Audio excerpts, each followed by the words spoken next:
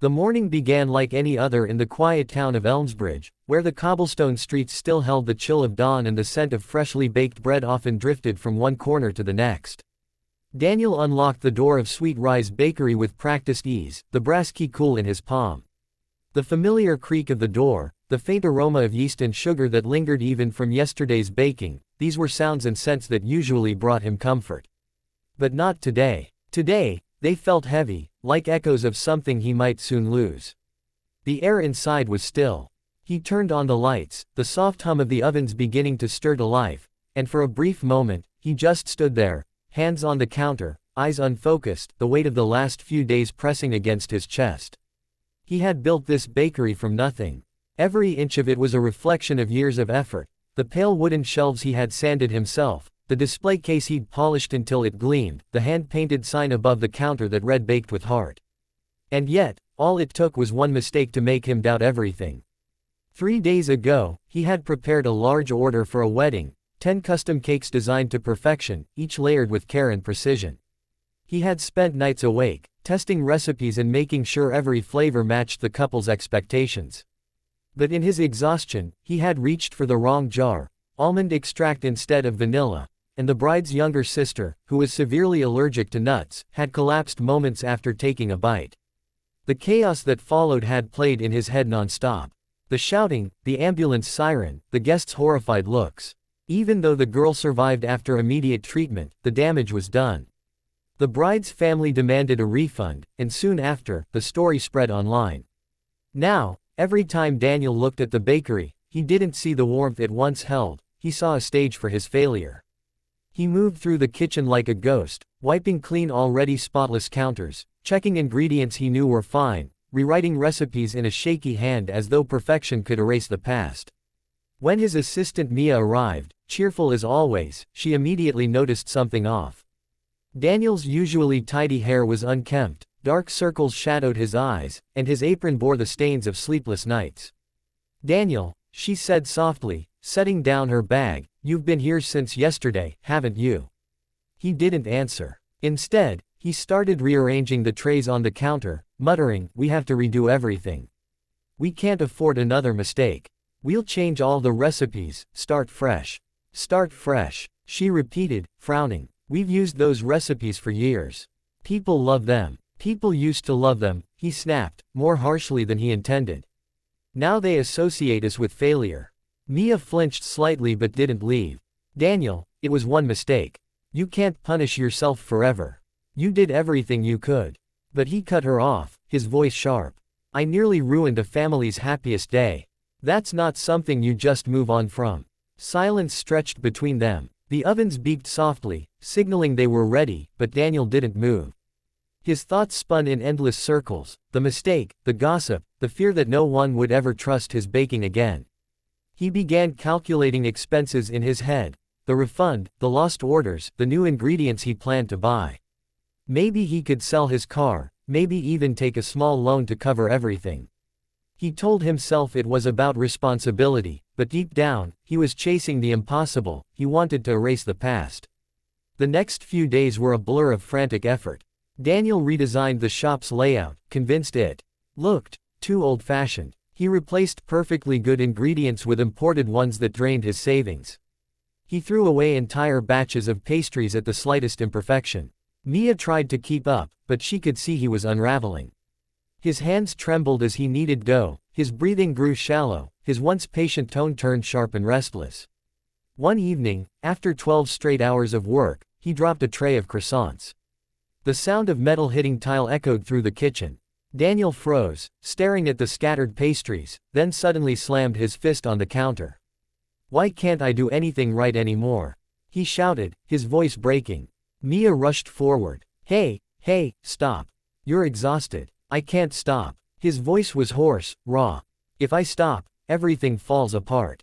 Don't you see? One mistake already cost me my name, I can't afford another." She looked at him, her expression torn between pity and frustration. "You're losing more than your name, Daniel. You're losing yourself." He turned away, unable to meet her eyes. "Then maybe I deserve to." The next morning, she didn't show up. Nor did the part-time workers who'd grown tired of his temper. For the first time in years, Daniel worked the bakery alone. The silence was suffocating. He baked, cleaned, and served customers without speaking much. Some offered polite smiles, others avoided eye contact entirely. He overheard whispers, "That's the place from the wedding incident," and each one sliced a little deeper. By the end of the month, the bakery that once bustled with laughter and warmth was quiet. The regulars had stopped coming. The smell of fresh pastries no longer drew crowds. Daniel would open the doors each morning and stare at the empty tables, wondering where it all went wrong. One night, after closing, he sat on the cold floor of his kitchen. The lights above flickered slightly, casting long shadows. Around him were the signs of all his efforts: new jars of ingredients, expensive decorations, stacks of untouched pastries.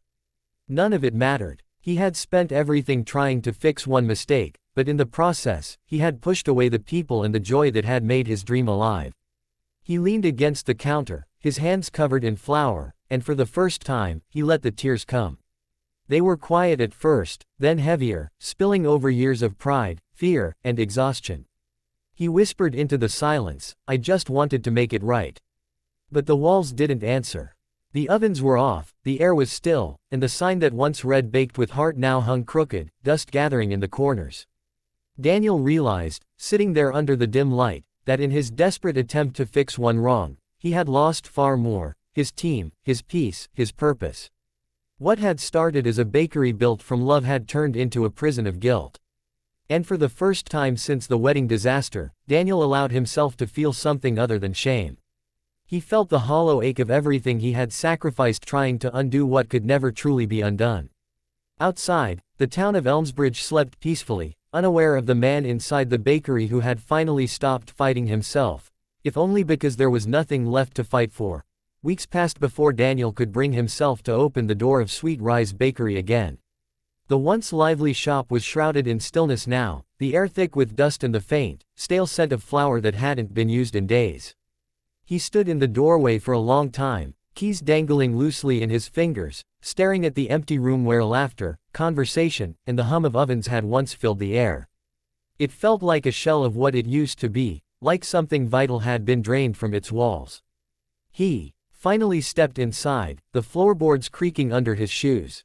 His eyes drifted over the small details, the photos of smiling customers on the wall, the faded chalkboard with the day's specials still faintly visible, the counter where he used to serve pastries with pride. Everything looked the same, yet nothing felt familiar. He ran his hand over the countertop, leaving a streak in the thin layer of dust, and exhaled shakily. He moved to the kitchen, where the metallic scent of unused ovens lingered. His tools were neatly arranged, untouched. He saw the note before he noticed the silence, the small folded piece of paper tucked beneath a mixing bowl. His heart gave a faint, uncertain flutter as he picked it up and recognized the handwriting. It was Mia's. He unfolded it slowly, his hands trembling slightly. "Greater than, mistakes don't destroy you, Daniel. Your reaction to them does. You taught me that patience is the secret ingredient in every good recipe. Don't forget your own lesson." Her words stopped him cold.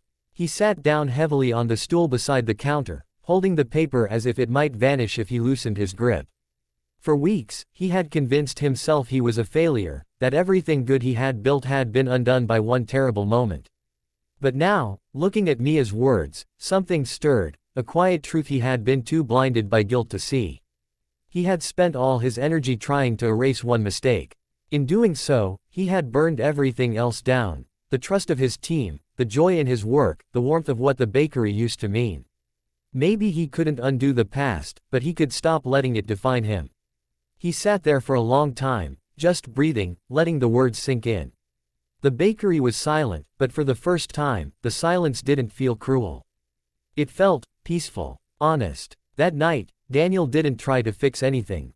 He didn't scrub the floors or rearrange the furniture or rewrite recipes. He simply turned on the small kitchen light and baked one loaf of bread, just one. The familiar motions came back slowly, like muscle memory returning after a long rest. The smell filled the air, soft and warm. When he pulled the loaf from the oven, a strange feeling crept up inside him, something like gratitude. He sliced a piece, tasted it, and smiled faintly. It wasn't perfect. It didn't have to be. The next morning, he made a decision. He wasn't going to close the bakery. He wasn't going to run from his past. He was going to rebuild, not to erase the mistake, but to move beyond it. He called Mia. The phone rang 4 times before it went to voicemail. He hesitated for a second, then said, "Hey, it's me. You were right. I forgot who I was. I don't want to fix the past anymore. I just want to bake again. I'd like to make things right, this time, not by starting over, but by remembering what mattered in the first place." He hung up before he could second-guess himself. 2 days later, he walked into the bakery early, the dawn light streaming through the windows, and froze. The "closed" sign on the door had been flipped to "open." Mia stood behind the counter, sweeping the floor, a faint smile tugging at her lips when she saw him.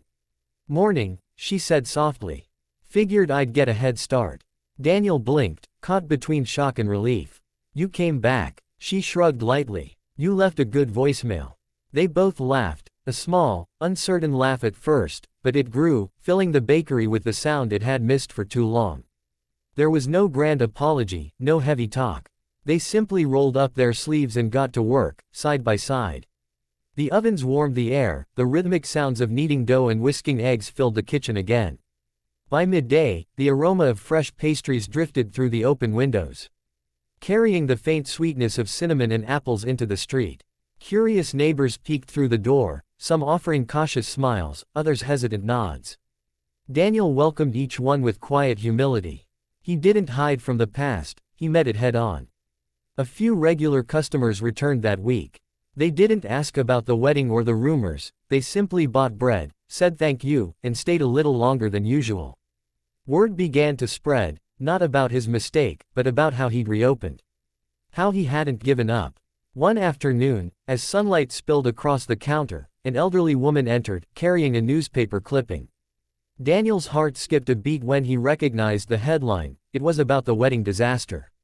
He tensed, ready for judgment, but the woman simply placed the paper on the counter and smiled kindly. "Everyone stumbles, young man," she said, her voice gentle. "What matters is that you got up again." He exhaled slowly, smiling back. "Thank you, ma'am." She nodded approvingly. "Your apple pies still smell heavenly. I'll take one." He laughed softly as he boxed the pie for her. When she left, Daniel looked around the bakery and felt something he hadn't felt in a long time: peace. Real, quiet peace. Later that evening, when the last customer had gone and the bakery was bathed in golden light, Daniel took out a small wooden board and placed it by the counter. With careful strokes of paint, he wrote a message that had been growing in his heart since that night he found Mia's note. "Greater than, a single mistake doesn't define you, but losing yourself trying to fix it might." He set it beside a vase of fresh flowers, stepped back, and smiled. The ovens hummed softly in the background. Mia was humming too, cleaning up the kitchen, her movements calm and steady. Outside, the sky darkened to a deep amber as the last rays of sunlight glowed through the windows. Daniel leaned against the counter, inhaling the comforting scent of baked apples and cinnamon. For the first time in months, he wasn't haunted by the past. He wasn't trying to prove anything. He wasn't chasing perfection. He was simply present. He thought about everything he had lost, the sleep, the friendships, the laughter, and realized that maybe losing it all had taught him what really mattered. Mistakes weren't the end, they were reminders of being human. As the clock ticked softly and the warm light filled the room, Daniel whispered to himself, one loaf at a time. He turned off the lights, leaving only the glow of the ovens and the soft scent of freshly baked bread. Outside, the sign Sweet Rise Bakery shone faintly under the streetlight, a small, steady promise that some things, once broken, could still rise again.